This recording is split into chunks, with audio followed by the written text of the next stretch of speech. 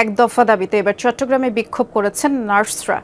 Nursing ও midwifery অধিদপ্তর পরিচালককে অপসারণের দাবি পূরণ না হলে কর্মবিরতি সহ কঠোর কর্মসূচির হুঁশিয়ারি তারা দিয়েছেন। অধিদপ্তরে ও কাউন্সিলে সংস্কারের সুপারিশও তুলে ধরেন আন্দোলনরত নার্সরা।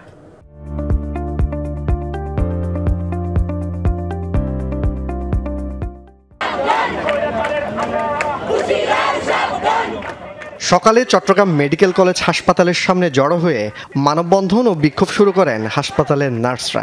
নার্সিং সংস্কার পরিষদের ব্যানারে এই কর্মসূচি থেকে নার্সিং ও মিডওয়াইফারি অধিদপ্তর মহাপরিচালককে অপসারণের এক দফা দাবি তুলে ধরেন তারা।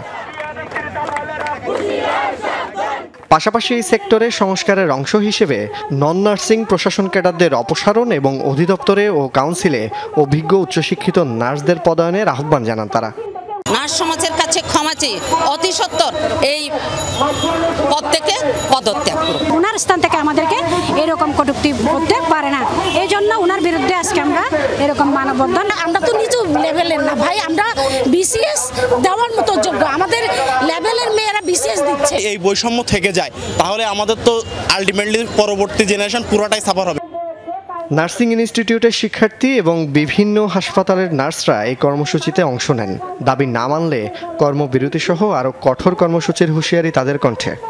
নার্সিং সমাজ অর্থাৎ নার্সিং শিক্ষার্থী সকলেই সারা বাংলাদেশ একত্রে আন্দোলন করতেছি। ন্যূনতম 50% প্রফেশনাল বিসিএস এবং 50% সরাসরি বিভাগীয় পদোন্নতি পরীক্ষার মাধ্যমে নিয়োগ দেওয়া হোক। আমাদের খাতে, আমাদের অধিদপ্তরে, আমাদের পেশার মানুষ চাচ্ছি যেন আমাদের বিষয়গুলো ওনারা বুঝতে পেরে বিবেচনা করতে পারে। এই পরিস্থিতি আমরা চাইবো না সরকার আমাদের এই ধরনের একটা কর্মসূচিতে যাওয়ার জন্য বাধ্য করুক। আমরা চাইবো আমাদের দাবিটা আদায় হোক, আমরা আমাদের কর্মস্থলে ফিরে যাই।